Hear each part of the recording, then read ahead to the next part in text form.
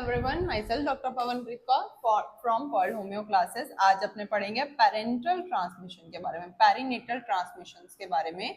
ये इससे भी कई बार क्वेश्चन आया हुआ है कि कौन से मंथ में कौन सा डिजीज का ट्रांसमिशन देखने को मिलता है। तो फर्स्ट, पेरिनेटल ट्रांसमिशन का मीनिंग क्या होता है कि ड्यूरिंग प्रेगनेंसी के टाइम पे या फिर ड्यूरिंग डिलीवरी के टाइम पे कौन कौन सी ऐसी डिजीजेस हैं जो मदर से फीटस में ट्रांसफर हो सकती है। तो इसको अपने मंथ्स के अकॉर्डिंग नहीं, हम इसको किसके अकॉर्डिंग, जैसा कि क्वेश्चन पे पूछते हैं, ट्राइमेस्टर के अकॉर्डिंग पढ़ेंगे। तो अपने को पता है प्रेगनेंसी में कितने ट्राइमेस्टर होते हैं, 3 ट्राइमेस्टर होते हैं, फर्स्ट, सेकंड एंड थर्ड। तो फर्स्ट ट्राइमेस्टर में कौन सी डिजीज का ट्रांसमिशन हो सकता है, सेकंड ट्राइमेस्टर में कौन सी हो सकता है, थर्ड ट्राइमेस्टर में कौन कौन सी डिजीजेस का ट्रांसमिशन हो सकता है, एंड लास्ट अपने पढ़ेंगे ड्यूरिंग डिलीवरी के टाइम पे कौन सी डिजीजेस का ट्रांसमिशन हो सकता है। इसका डायरेक्ट क्वेश्चन आता है सारे होम्योपैथिक कॉम्पिटिटिव एग्जाम्स में। तो फर्स्ट ट्राइमेस्टर के दौरान 2 डिजीजेस का ट्रांसफर देखने को मिलता है जिसकी वजह से कंजेनाइटल सिंड्रोम डेवलप होते हैं। तो congenital varicella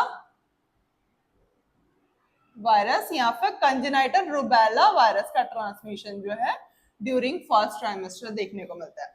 congenital rubella virus से ये भी क्वेश्चन आता है कि इसका ट्रांसमिशन कौन से ट्राइमेस्टर में हो रहा है। प्लस कंजेनाइटल रुबेला का ट्रांसमिशन होने से डेवलप होता है congenital rubella syndrome. Congenital rubella syndrome का एक पर्टिकुलर ट्रायड है। टेल मी इन कमेंट्स इस ट्रायड में क्या क्या देखने को मिलता है। कंजेनाइटल रुबेला सिंड्रोम में ट्रायड में कौन सी 3 डिजीजेस जो है देखने को मिलती है, एंड कौन सी हार्ट डिजीज जो है सबसे पहले कंजेनाइटल रुबेला सिंड्रोम में डेवलप होती है, क्योंकि इससे भी कई बार क्वेश्चन आया हुआ है। ये भी इंपॉर्टेंट टॉपिक है कॉम्पिटिटिव एग्जाम्स के लिए। नेक्स्ट है सेकेंड ट्राइमेस्टर में ज्यादातर पर्वो वायरस का जो है ट्रांसमिशन देखने को मिलता है।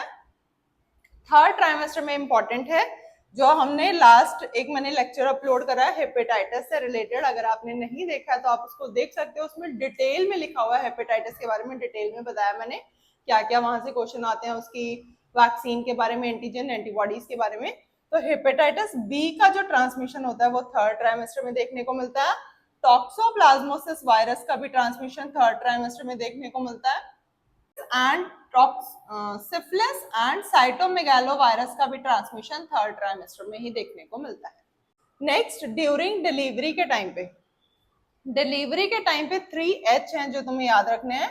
HIV वायरस का ट्रांसमिशन, हेपेटाइटिस सी वायरस का ट्रांसमिशन एंड हर्पीज का जो ट्रांसमिशन है ड्यूरिंग डिलीवरी के टाइम पे हो सकता है। Hope this will help you. इससे कई बार क्वेश्चन आता है, इसको याद रखना, इसको सही से पढ़ना।